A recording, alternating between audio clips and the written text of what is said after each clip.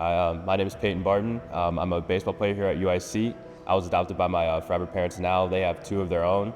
So it's a grand total of five for the first about 12 years of my life. So we had five kids, two parents, and then two dogs in the household at the time. So it was always loud there. Like, it was never quiet. There was always so much chaos, but good chaos, I would say. A couple years later, we adopted two more, another brother and another sister of mine. And for a grand total of seven siblings, and I'm right in the middle.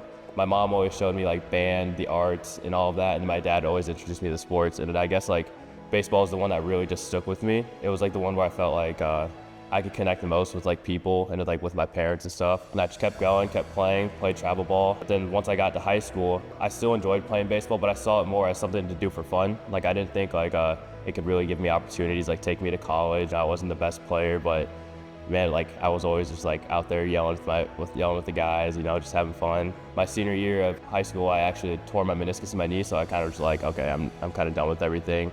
Didn't really want to play baseball. I didn't even know if I was actually going to go to college after high school. My older siblings, they all had like the opportunity to do it, but they just chose not to. They just kind of went in the workforce. So I saw it as an opportunity to, you know, do something different, and baseball gave me that option. I didn't really understand what I wanted to do after St. Ambrose until one of my best friends I met there, he introduced me to a junior college coach.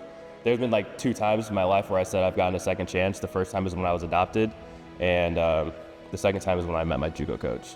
He showed me that, you know, like, your happiness doesn't come from what you're doing right now. It comes from like how you help other people. Kind of decided at that moment that like I just had to give myself, like, be the most selfless person I possibly could be, you know, just like keep myself accountable, keep the people around me accountable, and just like understand like that's how I'm gonna better myself as well. Did have a good group of guys that year who like truly showed me like I did have some potential, like do some good things on the baseball field. But if you were telling me like I was gonna play Division I baseball, I would have laughed at you. Like, that was never an idea.